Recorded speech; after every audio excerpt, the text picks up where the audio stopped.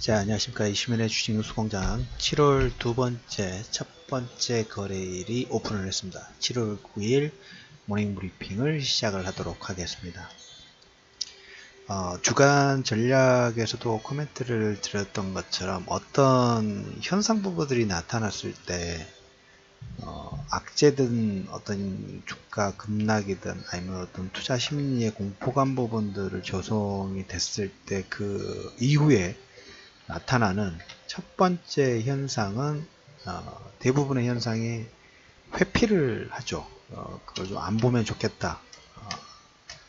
최근 한 달이 약간 안 되는 시간입니다만은 6월 14일 기준, 그러니까 거의 한 달 정도 됐죠. 한 달 동안 1조 3천억이 감소드렸다는 얘기 드렸어요. 상당히 큰 충격 파동이었습니다. 두 번에 걸쳐서. 근데 첫 번째 선에서 브레이크를 걸릴 수 있었는데 나머지 두 번째 하락 부분들은 거의 거래가 없이 꼬리가 몸통 흔들면서 어떻게 보면 이거죠. 속빈 강정이라고 할까요? 물론 주가의 변동성은 나왔습니다만 근데 그 주간에 한 번 더 꺾어버리면서 한 번 더 전저점을 깨는 파동 부분들이 나오면서 이 두 기간 동안 1조 원에 가까운 신용 매도가 줄어들었죠. 1조면 정말 큰 금액입니다. 작은 금액이 아니에요. 그것도 개인 신용 물량에서 1조가 틀렸다는 것은 상당히 큰 금액이 단기간에 그 손틀림 현상 부분들로 인해서 털렸다는 그런 의미 부분들과 일맥상통한다고 보시면 될 것 같아요. 항상 뭐 주가 투자 부분도 보시면 뭐 이런 흔들린 부분들은 1년에 한두 번 정도는 기본적으로 나오는 부분이고 개별 종목군에서도 보면 그런 거 있죠.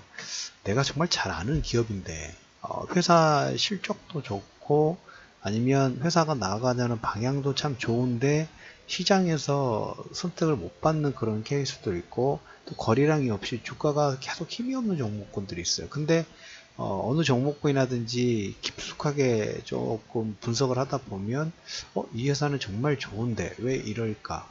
정말 좋은데 좋은 걸 자기 스스로 느껴볼 수 있죠. 특히 숫자상으로. 그러니까 주가는 눈에 보이는 주가는 비탄력적으로 움직이는데 눈에 보이는 뭐 재무제표든 아니면 회사의 성장 방향이라든지 이런 것들이 참 좋아서 그 종목군이 주가의 하락폭이 나왔을 때 1차, 2차, 3차 부분들 보다 보면 첫 번째는 별로 그런 생각 되지 않는데 두 번, 세 번 하락 나오면 처음에 좋아했던 그 관점 부분들이 바뀌게 되죠.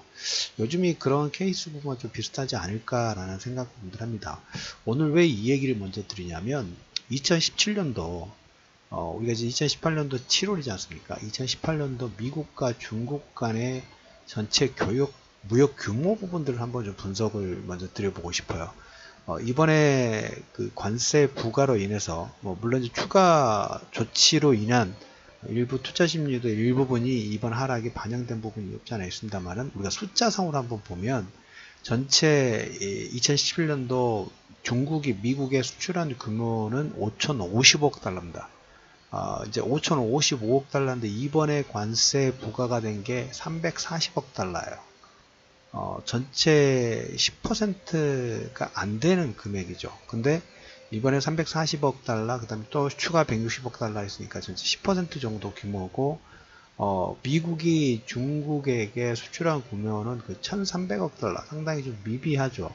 그러면서, 주말 사이에, 꼼수하고, 그 다음에 대치모드 부분들이 뭐 번갈아 가면서 나왔어요. 특히 대치모드 중에 눈에 보이는 것은, 대만 해협에 미국 군함이 지나갔다는 거, 그 정도 하나가 제일 눈에 보이는 뉴스이고, 그 다음에 이제 꼼수라 할까요?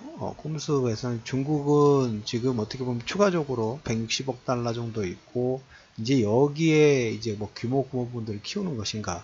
일단 뭐 다음 달 8월 달 중간선거 첫 번째부터 시작되는데 저렇게 되면 뭐 트럼프 지지율이 상당히 좀 높기 때문에 상당히 우세승 부분들이 점쳐지는 그런 모습이라고 봅니다.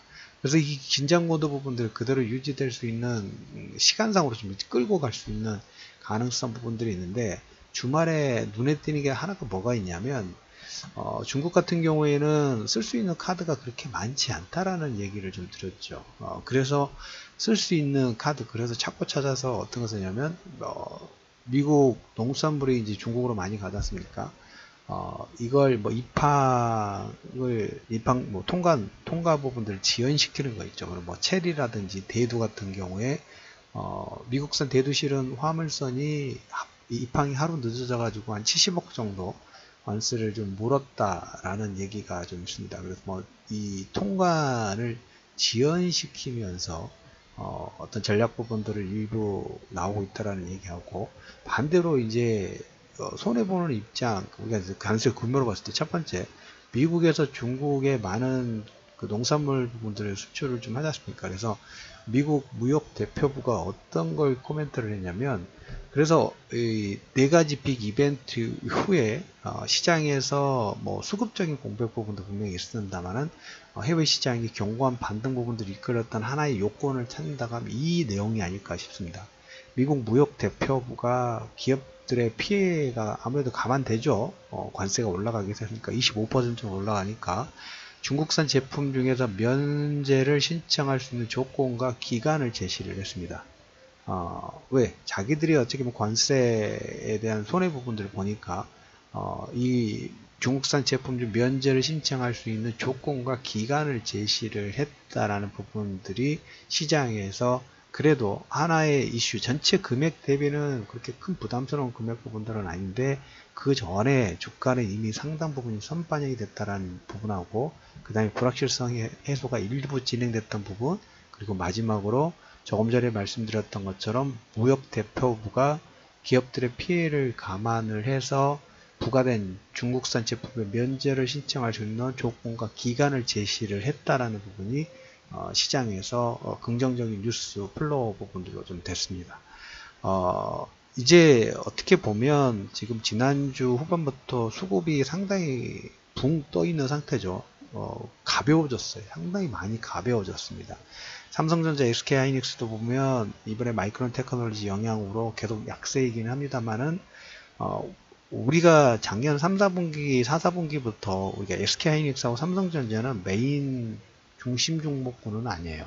계속 이제 시장에서 그냥 시장 흐름에서 시가총액 상위 종목군이다 보니까, 낙폭과대에 따라서 기술적 반등 정도, 이 정도 메인 흐름으로 분석을 한다는 것보다는, 아무래도 이제 마이크론 테크놀로지 영향과 그 다음에 중국에서 그 덤핑 조사 관련된 부분 계속 비탄력적으로 나오죠. 수급도 마찬가지고. 그래서 메인 종목군으로는 계속 이번에 실적이 나왔죠. 근데 약간 쏠림 현상 부분이 상당히 좀 심각한 그런 모습들이 좀 보이고 있습니다.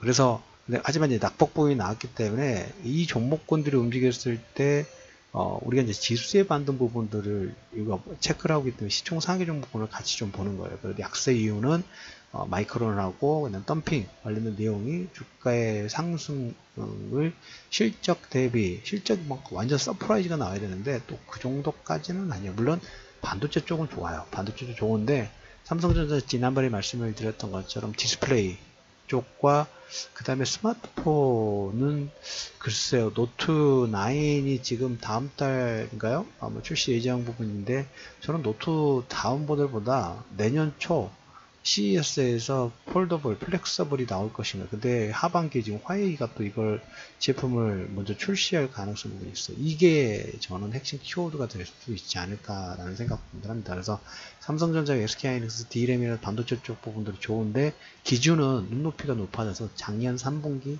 아니면 4분기 이상의 서프라이즈를 낼 수 있을 것이다. 이게 가장 관건입니다. 그래서 그 전까지는 계속 지금은 박스권 매매 부분들이 진행될 수 있는 가능성이 자체가 크다. 그래서 이번 주는 우리가 외국인들과 기관, 특히 빅 이벤트 4가지가 진행된 이후에 어떤 전략 중심일까? 철저한 기술적 반등, 그 다음에 수급 반등, 쇼커버링. 지난주 후반에 뭐 기관 쪽에서 상당히 공격적인 매매 부분들이 좀 들어왔죠. 그만큼 저평가 영역 부분들이 이미 진입됐다고 말씀을 드렸어. 그래서 우리가 쉽게 시장에서, 현재 시장에서 단순하게 막 초보 투자자분들 같은 경우에는 업종, 그 다음에 섹터, 그 다음에 어떤 섹터 분류 부분에서 돈의 움직임 부분들이 섹터에서 순환매 부분들 접근하기가 쉽지는 않습니다.